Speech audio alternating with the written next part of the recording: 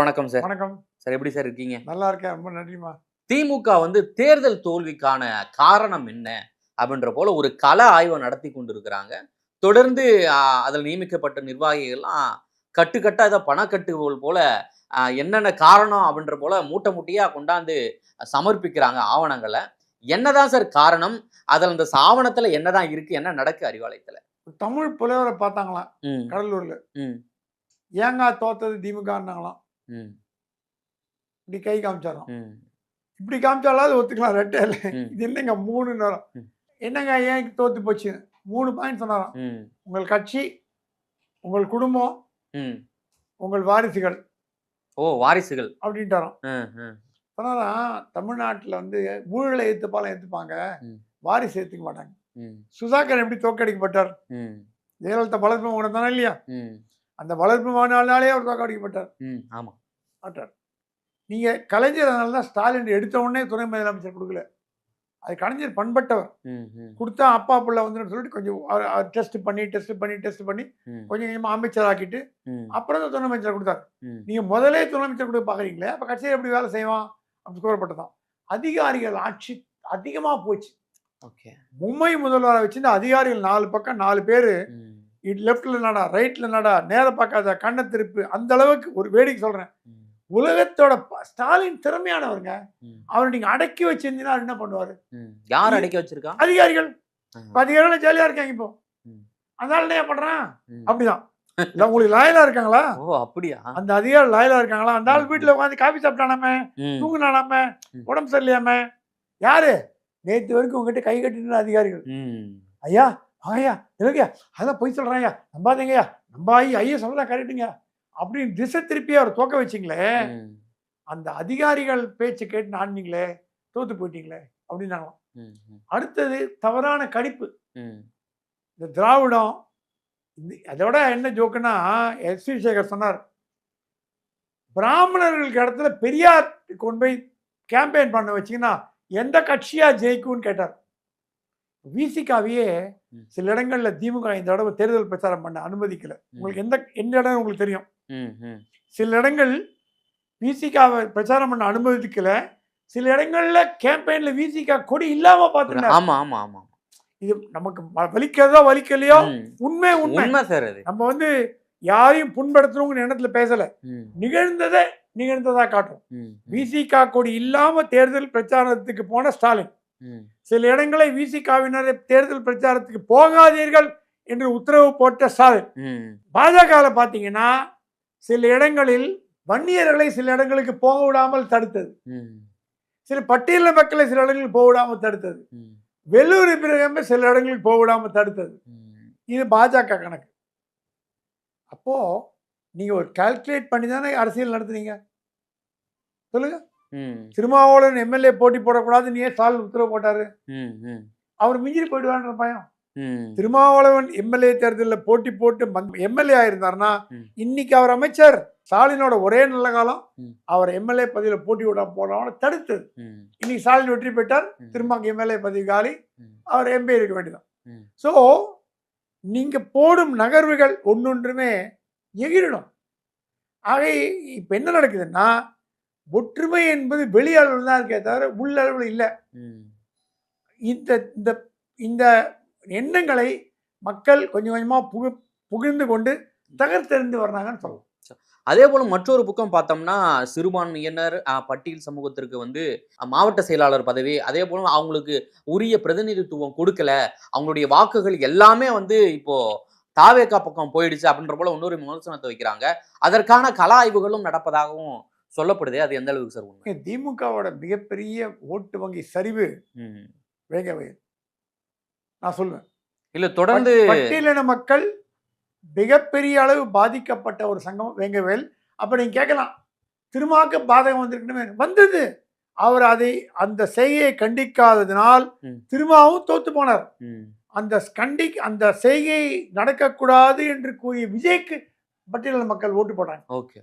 இப்போ திமுக நிலையில் என்னன்னா, திமுகவின் ஓட் வங்கி என்ன? பட்டியலின மக்கள், இஸ்லாமியர், கிறிஸ்தவர்கள், பிற்படுத்தப்பட்டோர், மிகவும் பிற்படுத்தப்பட்டோர். இதுதான் வாக்கு வங்கி. பிராமணர்கள் வாக்கு வங்கி இல்லை, கிடையாது. இந்துக்கள் ஓரளவுக்கு வாக்கு வங்கி. ம். இந்துக்கள் பிராமணர்கள்லாம் பாஜக போடுவாங்க. ம். என்ன ஆகி போச்சு தேர்தலில்? அதே மாதிரி அதிமுக பார்த்தீங்கன்னா முக்குளத்தோர், கவுண்டர் எனப்படும் கொங்கு மக்கள், சைடு. கொங்கு பெல்ட்டு, அப்புறம் வந்து முத்திரையர்கள், அந்த மாதிரி ஒரு பெல்ட்டு, ம். வன்னியர்கள், இதெல்லாம் சேர்ந்து பெல்ட். சில படித்த எஜுகேட்டட் பிராமின்ஸ் ம். அதெல்லாம் அதிமுக தான் போடுவாங்க. அந்த எம்ஜிஆர் அம்மாவுக்காக எம்ஜிஆர் அம்மா அதுக்காக ஆதரவாளர்கள், போடுறாங்க. இப்போ இப்போ மேனன், நாயர், மலையாளிகள், ம். இவங்களாம் அதிமுக தான் போடுவாங்க. ம். இந்த வாட்டி என்ன ஆச்சு? விஜய் என்ற ஃபோக்டர் வந்து சும்மா ராணுவ பீரங்கி வண்டி வாகனம் மாதிரி வந்து தகர்த்து எடுத்துட்டு போயிட்டார். ம். திமுகவுடைய பெரும்பான்மையான ம். இஸ்லாமிய வாக்குகள் ம். தாவை கட்ட போச்சு. ஓகே. மிக பெரும்பான்மையான ம். கிறிஸ்தவ வாக்குகள் தாவை கட்ட போச்சு. பெரும்பான்மையான பட்டியலின வாக்குகள் தாவை கட்ட போச்சு. ம். பெரும்பான்மையான பழங்குடியின வாக்குகள் தாவை கட்ட போச்சு. ம். இதனால திமுகவுக்கு பாதகம், பெரிய அடி. ஓகே. அதிமுக ஓரளவுக்கு அடி, பாமக அடி, ம். விசிகாக்கு மரணடி, மரணடி. ம். எல்லாம் போச்சு. ம். இப்போ என்ன ஆகி போச்சு? இப்போ திமுக சொல்லுதான், ம்.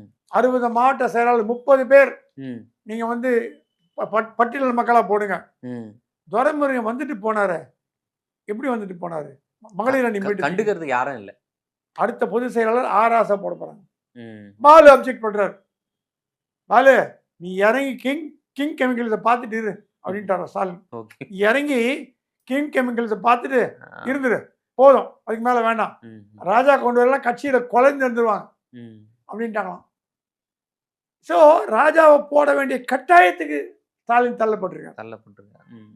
ஏன்னா ராஜா ஒரு பிரபலமான தலித் முகம், பேசக்கூடியவர். ஆமா. அதான் கேட்டாங்க. கனிமொழியுடைய ஆதரவு பெற்றவர் அவரு. அம்மா வந்து தனபாலை வந்து ஸ்பீக்கரா போட்டாங்க. ம். முதலமைச்சர்ல இருந்து எத்தனை பேர் தனபால வந்து எழுந்து நிக்கணும்? அந்த பெருமை தனபாலை கொடுத்தது அம்மா. திமுக ஏதாவது இன்னைக்காவது அந்த பெருமையை கொடுத்துருக்கா? கொடுத்தது இல்லை. அட்லீஸ்ட் பொதுச் செயலாளர் பதவியாவது கொடுக்கலாம் அப்படின்னு ஸ்டாலின் இப்போ ஒரு முடிவுக்கு வந்ததினால் கொடுக்கப்படும். ஆனால் கனிமொழி கேட்பும் பதவியை கட்சியின் பொது இந்த செயலாளர், ஒர்க்கிங் பிரசிடென்ட், செயல் தலைவர் பதவியை கனிமொழிக்கு கொடுக்கலன்னா அங்க ஒரு போராட்டம் வெடிக்க காத்துட்டு. ஏன்னா கேட்கலாம், ஒர்க்கிங் பிரசிடென்ட் வேணுங்க எனக்கு. உங்க அப்பா கட்சி மாதிரி எங்க அப்பா கட்சி, உங்க தலைவர் எங்க தலைவர், எனக்கு ஒர்க்கிங் பிரசிடென்ட் வேணும், செயல் தலைவர் வேணும். நான் பெண்களை இழுக்கிறேன், நாடார் சமூகத்தை இழுக்கிறேன், அடுத்த வாட்டி ஜெயிச்சு காட்டுறோம். இவங்க வீட்டில் சொல்றாங்கன்னா கனிமொழி கொடுத்தா உள்ள பூந்தா மாதிரி கபலீகரம் பண்ணிட்டு போயிடுவாங்க, உங்களே தூக்கி சாப்பிட்ருவாங்கன்னு. இந்த பிரச்சனைலேருந்து எப்படி திமுக வெளியில் வர போகிறதுங்கிறது பொறுத்து இருந்தால் பார்க்கணும். அப்படியே இன்னொரு பக்கம் பார்த்தோம்னா சேகர் பாபு மேல பல புகார் பெட்டிகள், புகார் கடிதங்கள் சொம்பு அதிகமான. இப்படா சென்னை வந்து திமுகவுடைய கோட்டையாக தலையாக இருந்தது.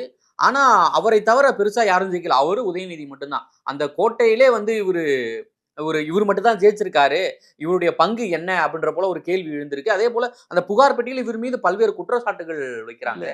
துர்காம்மா கேட்டாங்களா, பரந்தாமன் போட்டி போடுன்னு ஆசைப்பட்டார் எழும்பூர்ல. பரந்தாமன் வந்து எங்ககிட்ட அழுதாரு, அம்மா இந்த மாதிரி பண்றாரு சேகர் பாபுன்னு. அப்ப நீங்க சொன்னீங்களா பரந்தாமன் போட்டி போட்டா நான் தோக்கடிச்சு காட்டுவேன்னு. அதே ரூலை மற்ற டிஎம்கே எம்எல்ஏக்கும் நீங்க அப்ளை பண்ண மாட்டீங்கன்னு என்ன கேரண்டின்னு ஒரு வார்த்தை கேட்டாங்க. புரியுதா உங்களுக்கு?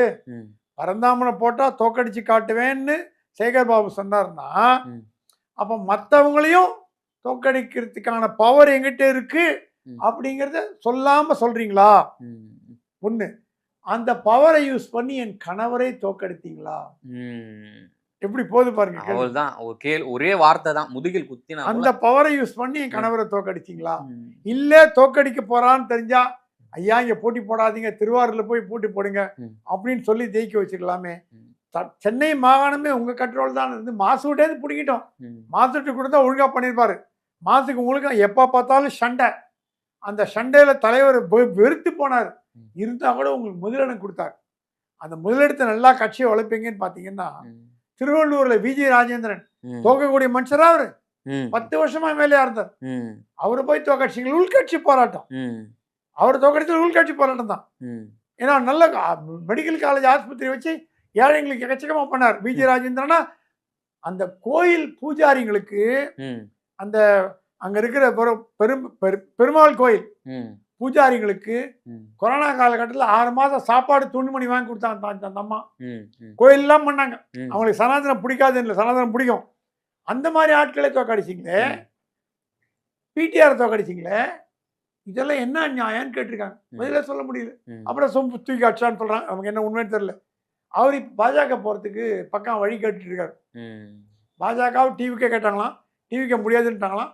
பாஜக இடத்துக்கு நயனாரோட பேசிட்டு இருக்காரு. ம், அண்ணாமலை இருந்தால் எதிர்த்திருப்பாரு.